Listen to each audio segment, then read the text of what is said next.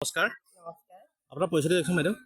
মই বৰভেটি উচ্চ মাধ্যমিক বিদ্যালয়ৰ প্ৰধান শিক্ষয়িত্ৰী হয় ভাৰপ্ৰাপ্ত। হয় তাকে আমাৰ চেনেলত আপোনাক আজি পবিত্ৰ শিক্ষক দিৱসৰ আন্তৰিক শুভেচ্ছা জ্ঞাপন কৰিছোঁ। ধন্যবাদ। এই বাইদেউ কি ক'ব আজি শিক্ষক দিৱসৰ দিনা?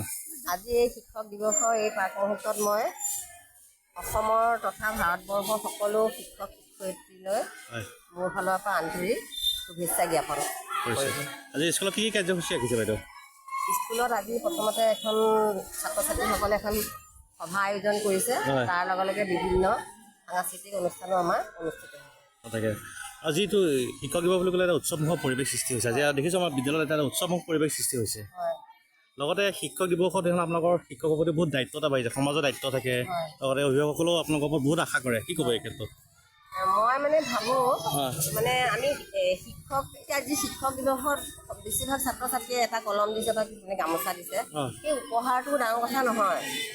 আমি প্ৰত্যেকজন শিক্ষক সেই শিক্ষকৰ যোগ্যতা হৈছেনে নাই, হয়। তাৰমানে আমাক প্ৰতিজন ছাত্ৰ ছাত্ৰীয়ে আমাক আন্তৰিকতাৰে আমাক ল'ব পাৰিছে নাই, সেইটোহে মই তেতিয়াহে ভাবোঁ যে মই এজন প্ৰকৃত শিক্ষয়িত্ৰী।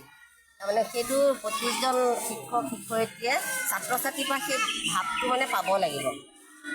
তেতিয়াহে এজন প্ৰকৃত শিক্ষক বা শিক্ষয়িত্ৰীৰ পৰা আমি চিনাকি দিবলৈ ভাল পাওঁ। ঠিক আছে, ধন্যবাদ।